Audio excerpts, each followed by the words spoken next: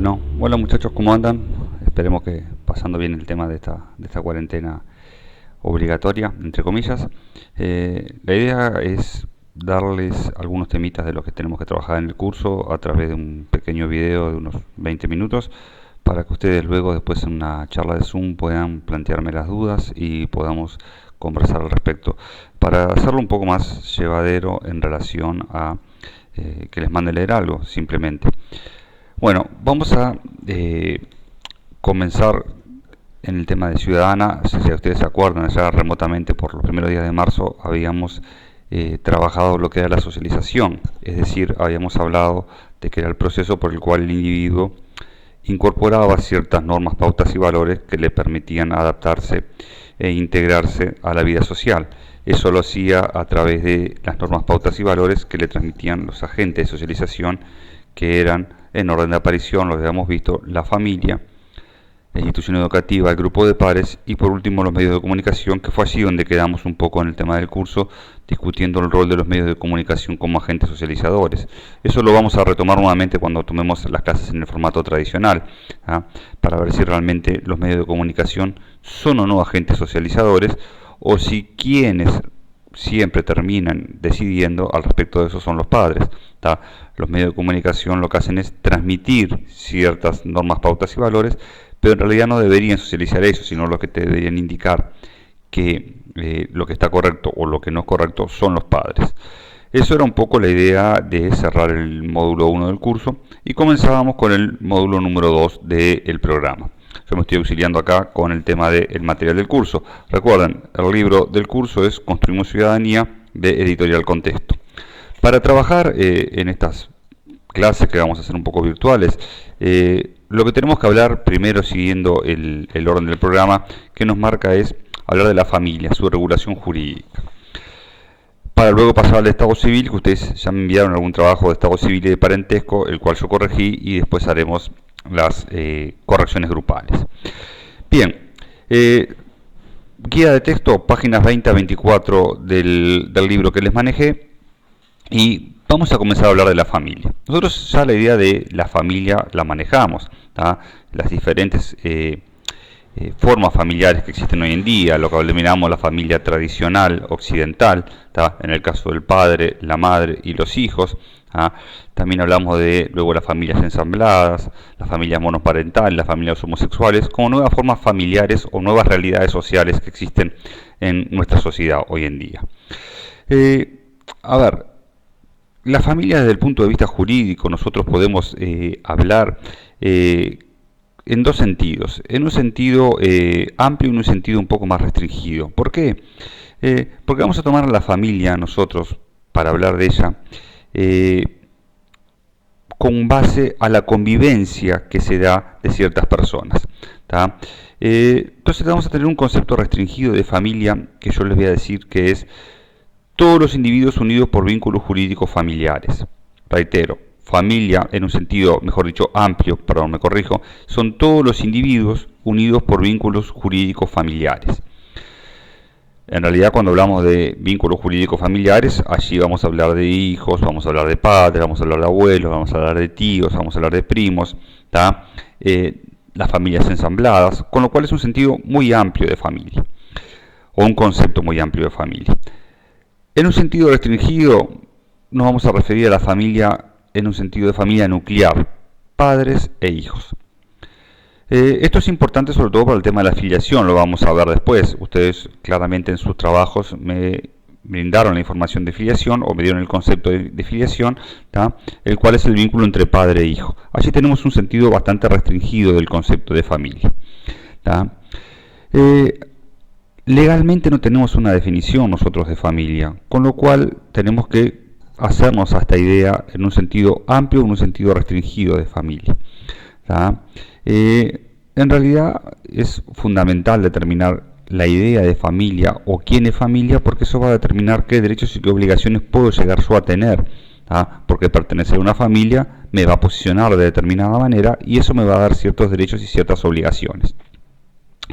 Recuerden que, y acá tomo de vuelta la Constitución, el artículo 40 de nuestra Constitución nos establece que La familia es la base de nuestra sociedad. El Estado velará por su estabilidad moral y material para la mejor formación de los hijos dentro de la sociedad.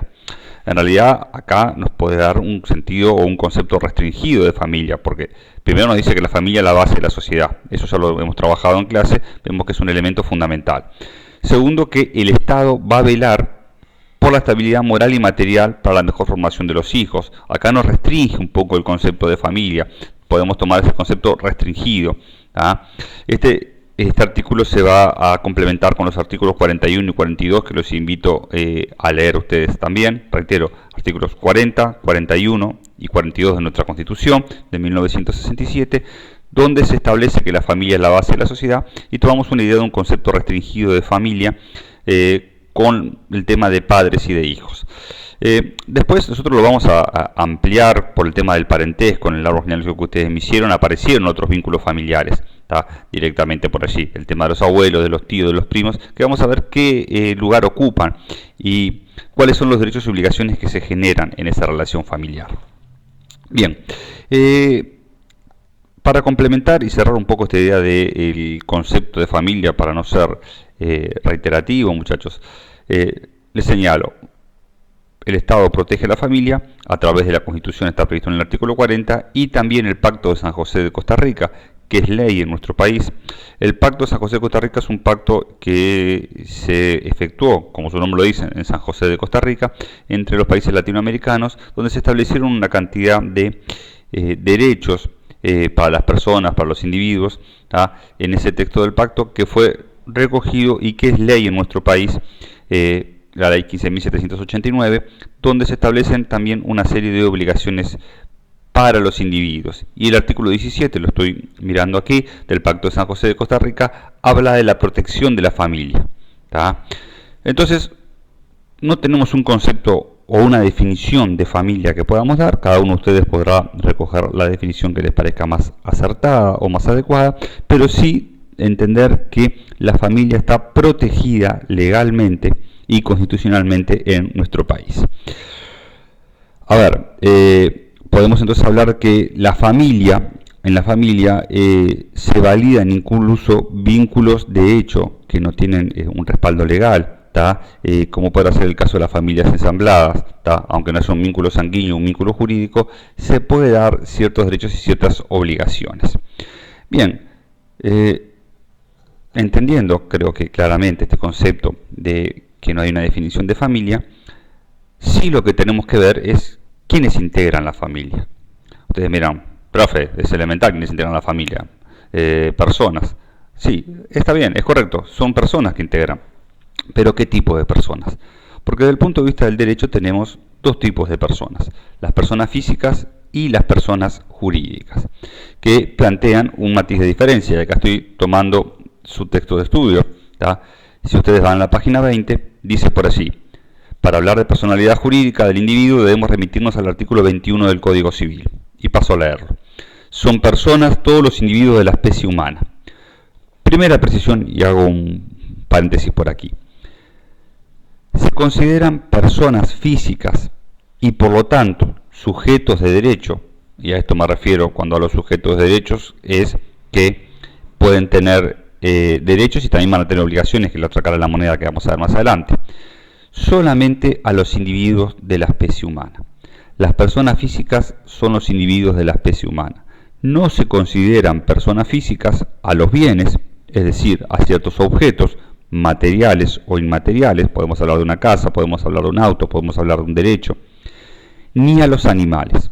No quiere decir esto, muchachos, de que los animales y los bienes no tengan una protección jurídica, que la ley no proteja. Sí, los protege, pero no son considerados personas físicas.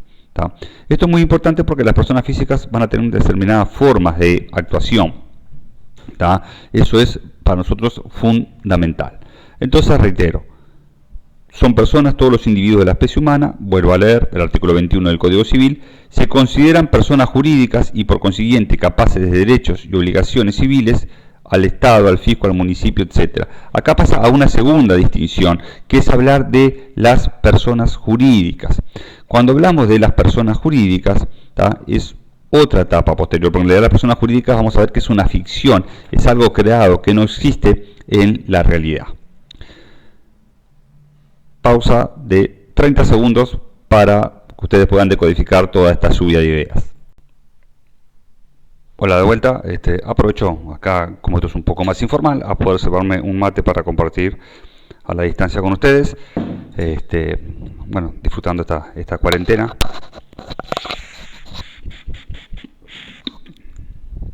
Cosa que no hacemos normalmente en clase, o que el profe no hace de tomar mate, pero bueno, por lo menos para darle un toque de humor a esto. Espero que hayan descansado esta Semana Santa, disfrutado junto a su familia,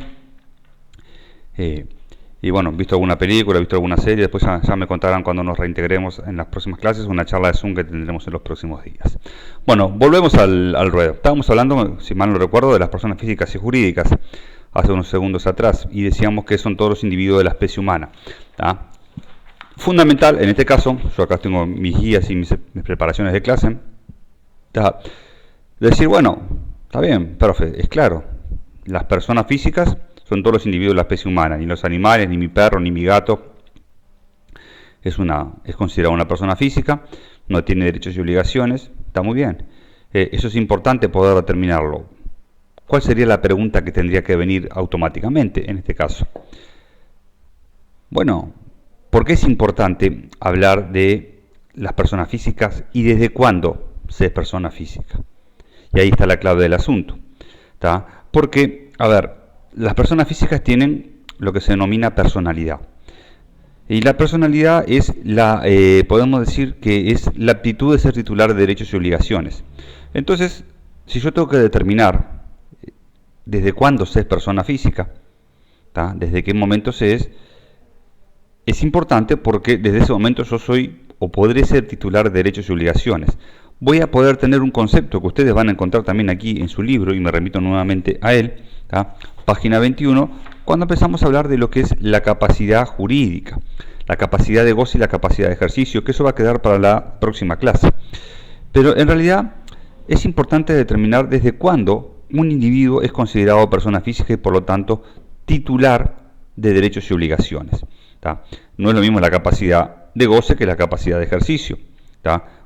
Si bien me adelanto un poco al concepto, la capacidad de goce es la aptitud de poseer ciertos derechos y obligaciones, y la capacidad de ejercicio es poder ejercer por sí o a través de otros esos derechos y esas obligaciones.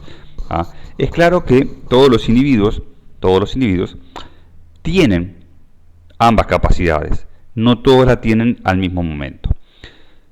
Y bueno, allí ustedes, si van al texto de estudio en la página 23, van a ver que se habla de las teorías del nacimiento de la personalidad jurídica. Y esto es lo que vamos a avanzar en estos próximos minutos en la clase de hoy.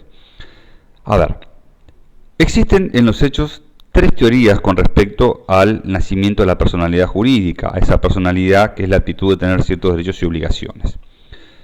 Brevemente, si tuviéramos que poner las tres teorías, yo les diría, bueno, vamos a poner teoría de la concepción, teoría del nacimiento, ¿tá? Y la teoría ecléctica. La teoría ecléctica yo la voy a mencionar, pero la vamos a dejar rápidamente de lado, porque solamente se va a referir en nuestro país, en nuestro ordenamiento jurídico, o sea, nuestras normas, para los casos de las sucesiones, ¿tá? Y el caso de la filiación, ¿tá? No para el resto de lo que pueden ser los derechos y obligaciones. Con lo tanto, lo vamos a dejar un poquito de lado esa teoría ecléctica y no nos va a resultar a nosotros quizás aplicable para los conceptos que tenemos que trabajar en el curso. Sí, las dos grandes teorías que tenemos son la teoría de la concepción y la teoría del nacimiento. Cada uno de ustedes va a poder tomar una posición al respecto, y espero que la tomen y con total libertad, fundamentando por qué se inclinan por una o por otra. A ver, la teoría del nacimiento, quizás un poco la más sencilla, ¿qué me va a decir? Bueno, que un individuo es considerado persona física y por lo tanto tiene personalidad, y por lo tanto, en consecuencia, es capaz de ser titular de ciertos derechos y ciertas obligaciones a partir del momento de que nace. Al partir del momento de que, bueno, empieza a tener vida independiente, es decir, ya no está dentro de su madre, nació, y a partir de ese momento es titular de ciertos derechos y ciertas obligaciones. Por lo cual, a ver, parece algo elemental, tiene que haber nacido vivo, ¿tá?, el individuo. El individuo nace vivo, a partir de ese momento es titular de ciertos derechos y obligaciones. Y ahí se acabó el problema. Ustedes me pueden decir, está, profe, solucionado el asunto. ¿Tá? Yo me inclino por la posición de que la teoría del nacimiento, a partir de este momento el individuo, ¿tá?, es titular de derechos y obligaciones, desde que nace. Antes no. Está bien, es una posición válida. Pero también existe la otra, que es la teoría de la concepción. Y acá primero quiero que ustedes entiendan dos conceptos. Una cosa es la vida del individuo, podemos decir, ¿tá?, la vida, y otra es la personalidad. Acá nos vamos a discutir desde qué momento hay vida, ¿tá?, porque eso correspondería a un curso de biología, ¿tá?, y ahí pueden entrar a jugar ciertos conceptos filosóficos, morales, religiosos que cada uno de nosotros puede tener, ¿tá? ¿Desde qué momento hay vida? Bueno, eso lo dejamos para otra instancia. Acá lo que estamos tratando de determinar desde cuándo, ¿tá?, se tiene personalidad, es decir, desde cuándo se es titular de ciertos derechos y obligaciones. Y allí tenemos varias normas que ustedes deben tener en cuenta. ¿Se acuerdan que hace unos minutos atrás yo hablé del Pacto de San José de Costa Rica? Bueno, el Pacto de San José de Costa Rica, ¿tá?, nuevamente consagra en su artículo 4, ¿tá?, que se protege a la vida desde la concepción. Ajá. Entonces, así ya me está dando una pauta, ¿tá?, desde que si se está protegiendo al feto, a la esperanza de vida, como ustedes puedan filosóficamente determinarlo, aún incluso dentro del vientre materno, ¿tá?, me está diciendo, me está reconociendo de que ese feto tiene ciertos derechos y ciertas obligaciones, ¿tá?, con lo cual no solamente desde el nacimiento soy titular de derechos y obligaciones. Se protege, ¿tá?, la vida desde la concepción. Por allí hay teorías, y el Pacto de San José de Costa Rica también, que es una ley, se establecen que puede ser a partir de las 12 semanas, de las 14 semanas, que hay una protección. Para que ustedes vean también, en nuestro país, podemos decir que el aborto está permitido hasta las 12 semanas. Después de las 12 semanas ya no se permite el aborto, salvo casos muy puntuales de riesgo de vida, etc. Bueno, allí nosotros podemos decir, bueno, si se está protegiendo a partir de las 12 semanas a ese feto, a esa esperanza de vida, ¿tá?, reitero, sin cuestiones filosóficas de decir si hay o no vida, bueno, me está diciendo que tiene ciertos derechos y obligaciones. Si se castiga a la persona que aborta, se la está sancionando, bueno, hay una protección. Es más, incluso legalmente se debe en lo que se denomina la pensión alimenticia, se entiende que hay pensión alimenticia, los gastos que ocasione el embarazo, con lo cual en realidad todos esos gastos, si hay una pareja que se separa, eventualmente el padre deberá asumir las obligaciones que tiene económicas para con su futuro hijo. Entonces ahí hay una protección. Se me está diciendo, bueno, más allá de que no es una vida independiente, tiene personalidad, es sujeto de derecho. Ustedes me pueden decir, está bien, profe, eso está fundamentado legalmente, pero en el caso, ¿tá?, de que hubiera un problema médico, ¿tá?, y acá insisto al grupo de quinto biológico, sobre todo esto es importante, ¿tá?, ¿qué vida se protege en el caso de que haya riesgo para ambas vidas? Y se protege la vida de la madre porque la vida es segura, el otro todavía no está seguro. Entonces ahí tengo un elemento para fundamentar de que en realidad la personalidad jurídica nace, o esta personalidad con derecho a obligación, nace a partir de la vida. Y yo por otro lado les puedo decir, sí, pero sin embargo se está impidiendo o castigando el tema del aborto. Se me está hablando de que hay ciertos derechos y obligaciones que el padre tiene aún incluso para con el feto.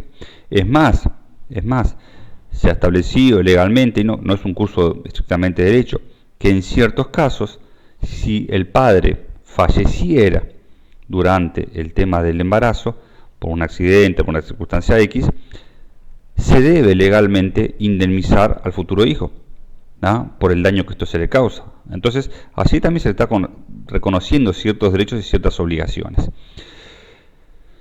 Ustedes, de acuerdo a lo que lean, lo que discutamos después, tomarán posición por alguna de las dos, o por la teoría del nacimiento, se le reconoce ciertos derechos y ciertas obligaciones solamente a partir de que nace, o por la teoría de la concepción, diferenciando vida de concepción, ¿tá?, que son dos conceptos complementarios, ¿tá?, pero en este caso que nosotros es importante que ustedes distingan. Recapitulando lo que vimos en estos 20 minutos aproximadamente que van a durar estas clases, que yo les voy a estar enviando los videos. Muchachos, hablamos de la idea de familia, ¿tá? Nuevamente retomamos la idea de familia. Dijimos que no tenemos un concepto legal de familia o una definición legal de familia. Tomamos una idea de un concepto restringido, un concepto amplio de familia. Luego hablamos de que la familia está integrada por personas físicas. Dimos el concepto de persona física. Dijimos por qué es importante que existan las personas físicas, ¿tá? Porque son sujetos de derechos y obligaciones, tienen personalidad, lo que es la personalidad jurídica. Y después, más o menos, o muy rápidamente, tratamos de ver desde cuándo, ¿tá?, se es persona física. Y ahí hablamos de, sobre todo, dos teorías: la teoría del nacimiento y la teoría de la concepción. Esto para redondear un poco las ideas que les reitero, y tomo nuevamente el libro que tengo por aquí, me está acompañando, las páginas 20 a 24. Luego vamos a hablar en la próxima clase de lo que es la capacidad de goce y la capacidad de ejercicio para complementar todo esto. La idea, muchachos, es que ustedes puedan ver este video y en una clase de Zoom que marcaremos en estos días, ustedes puedan plantearme las preguntas que les surjan con respecto a este tema trabajado. Más nada que eso, espero no haberlos aburrido mucho. No soy muy bueno en esto de la tecnología, yo estoy aprendiendo igual que ustedes, muchachos, así que espero que salga bien. Les mando un fuerte abrazo a todos ustedes, o a algunos de ustedes. Algunos todavía no me caen simpáticos, yo se les había dicho, pero eso lo hablaremos después cuando nos veamos. Y yo, soportando aquí la cuarentena, se les contaré mis odiseas, acá encerrado con todas mis mujeres, así que no es una cosa fácil, como yo siempre les digo. Bueno, les mando un fuerte abrazo y nos vemos en la próxima clase.